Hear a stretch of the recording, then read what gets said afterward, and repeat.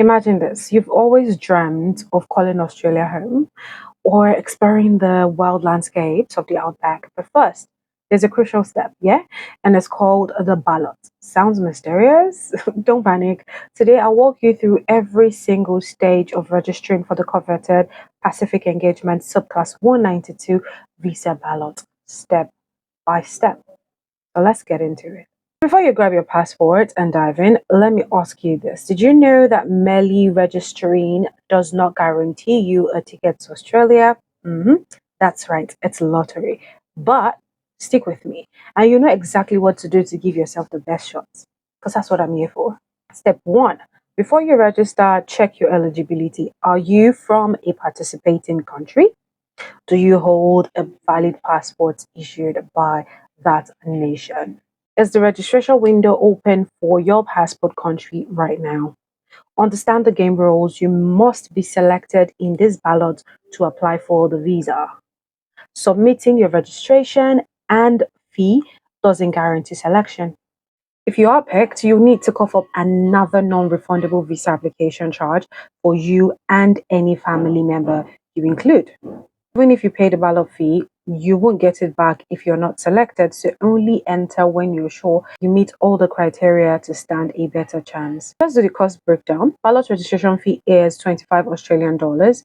You pay online through the ImmiAccount. Once you submit your form, no payment, no entry. Step 2. Register in ImmiAccount, log in or create your ImmiAccount. A new application, find Pacific Engagement Visa 192 under Visa Pre-Application Registration. Complete every field. Your name and date of birth, passport details, double check the accuracy, number of family members you will be relocating with, valid email address, tick the box to confirm you understand the eligibility requirement. Submit, then pay your 25 Australian dollars. Top tip. Save your payment receipt screenshot. Email accounts can be glitchy and you want proof if anything goes awry. And now to the step 3. After you register, you'll receive an email confirming your ballot registration.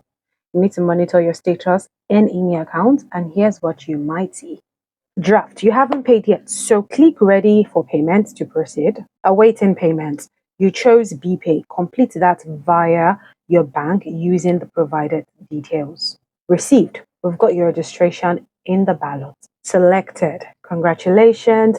You can now apply for your visa. You have 120 days to submit. Visa application submitted. Your application is with the department for assessment.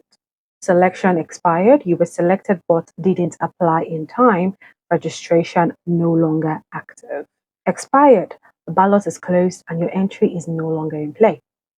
Keep your details current. Life happens, you might get a new email or a refreshed passport. If anything happens, click view details in your ImmiAccount to update your info.